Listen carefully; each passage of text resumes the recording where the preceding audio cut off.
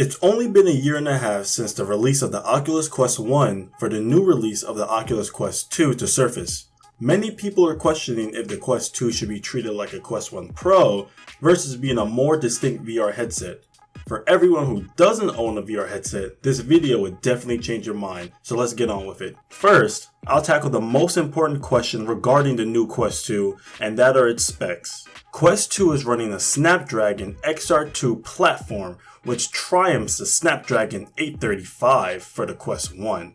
Compared to the Quest 1 that has already doubled the performance, quadrupled the video pixel output, having 6 times better display per eye and 11 times better AI performance. I mean, come on, this is already looking like a tremendous upgrade on the CPU and GPU alone, and that's only the tip of the iceberg. The Quest 2 now packs 6 gigs of RAM versus the Quest 1 that only has 4 gigs. For all you non-computer building, MacBook buying viewers, this means that your games and programs will boot up faster, and even turning on the Quest 2 will be quicker. There's one underrated aspect that most people overlook when it comes to VR headsets. Personally, I also overlooked this when I bought my Quest. It's probably the last thing you think about when it comes to buying a VR headset, mostly because people just try and power through it. But honestly, what you should be considering is comfort. You're not going to want to buy a headset that causes neck pain, and that's something Oculus thought about. Weight falls into the category of comfort and performance while using your headset. For example, you may find yourself using the Quest 2 longer in one sitting versus the Quest 1 because it's lighter and doesn't put too much strain on your neck. The Quest 1 weighs about 560 grams, while the Quest 2 weighs only 503 grams, so we're looking about 10% lighter. Even though 60 grams doesn't sound like a lot, when playing in VR for a long period of time, it makes quite a difference. But then I started to question, how were they able to shave off 60 grams of weight? Other than having a slightly smaller base design, Oculus also replaced the firm rubbery strap with a much more looser cloth strap. I speculate it's to make the Quest 2 more portable, and definitely not to get you to buy the $50 carrying case. I mean, come on Oculus, all these accessories, are they really necessary? What's more necessary is the resolution, which they enhanced dramatically. While the Quest 1 uses dual OLED panels that has a 1600 by 1440 resolution per eye, the Quest 2 got rid of that. The Quest 2 has a RGB stripe, LCD, and a resolution of 1823 by 1920 per eye. But it's a really weird resolution because even if you Google that, no one makes LCD panels with the Quest 2 resolution, which means that Oculus must have either created a highly customized panel or, more likely, they're not using the full panel for rendering, which ties into the IPD adjustment, which stands for interpupillary distance, which is a fancy word for the distance between your eyes, and one of the drawbacks for the Quest 2. Unlike the Quest 1 with the IPD slider that allows you to get the perfect visual based off your eye distance, the Quest 2 has 3 settings that Oculus claims will fit most people. And don't worry, this isn't a major setback because most of us have the same distance between our eyes. The 3 settings that they use are 58, 63, and 68 millimeters. For perspective, my IPD is 68, so I just make the cut. Putting the headset aside, let's discuss the new controllers. Oculus has informed us that the battery life has also been enhanced.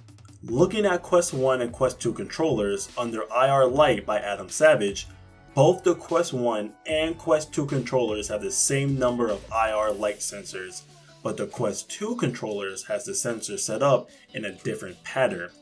This different setup can also include the amount of times each sensor is used, which can help the battery life. Also, Oculus fixed the sliding door issue where it would be difficult to slide off the panel to change the battery. Additionally, the metal strip that holds the battery in place have also been replaced to prevent the battery from falling out during mid-game play. If you notice here, the Quest 2 controllers have this very small indent that allows the users to rest their thumb and have more space here by the controller as well. This also mimics the style of the OG Oculus Rift S, but hopefully is sturdy just like the Rift S controllers too. Moving back to the headset, the quality of the audio and where the audio is coming from remains the same. They still want you to get direct sound into your ears. Personally, I feel like Oculus missed their opportunity to provide us with better sounding audio that help make the VR experience more real. But I wonder why they would do that. Probably because now Oculus has partnered with Logitech, which means we might be seeing more headphone options specifically for the VR headset. But don't worry, both Quest still uses the same 3.5mm audio jack, so you can use whatever headphones you want. Moving along, I want to add one more point regarding comfort. Remember how I mentioned where the loss of the firm rubbery strap to a more cloth strap helped reduce the overall weight? Well, there's a stern side to the welcome basket, because Oculus thought that since the headset itself is lighter, they don't require a firm strap to compensate for the weight.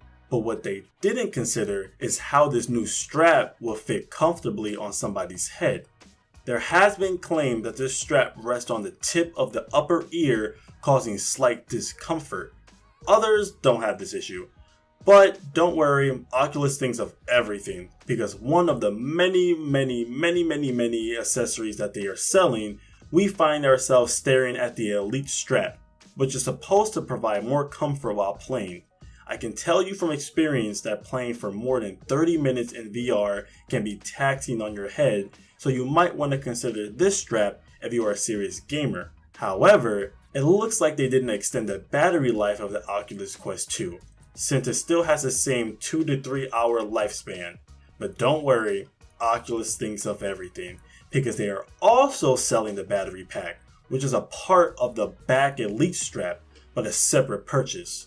Oculus also mentioned that it can help with the weight distribution, but not for a whopping $130. No thanks. The Quest 2 also have the same capability of being powered by a PC through the Oculus Link. However, instead of being 72Hz like the Quest 1, we are now going to have a whopping 90Hz. That's just like the Rift S, where games like Stormland will have amazing visuals. Unfortunately, you would not be able to do that with the 1 meter cable that comes with the Quest 2, so you would need to buy the Oculus Link or another third-party cable.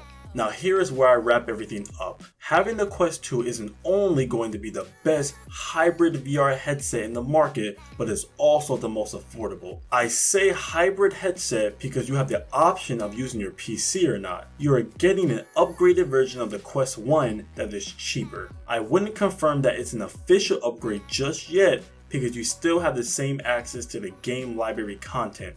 Developers should start making Quest 2 exclusive games. If you are now getting into VR, I highly recommend the Quest 2. If you currently have a Quest like I do here, then an upgrade is definitely something up your alley. With minor fallbacks with the audio and comfort for some people, the Facebook account requirement might be a make or break for some people based off their opinion on Facebook, but for others who have a Facebook account, it's fair game. And there we have it, the brand new Oculus Quest 2 in a nutshell. I'm very excited to pre-order the Quest 2 after I'm done making this video.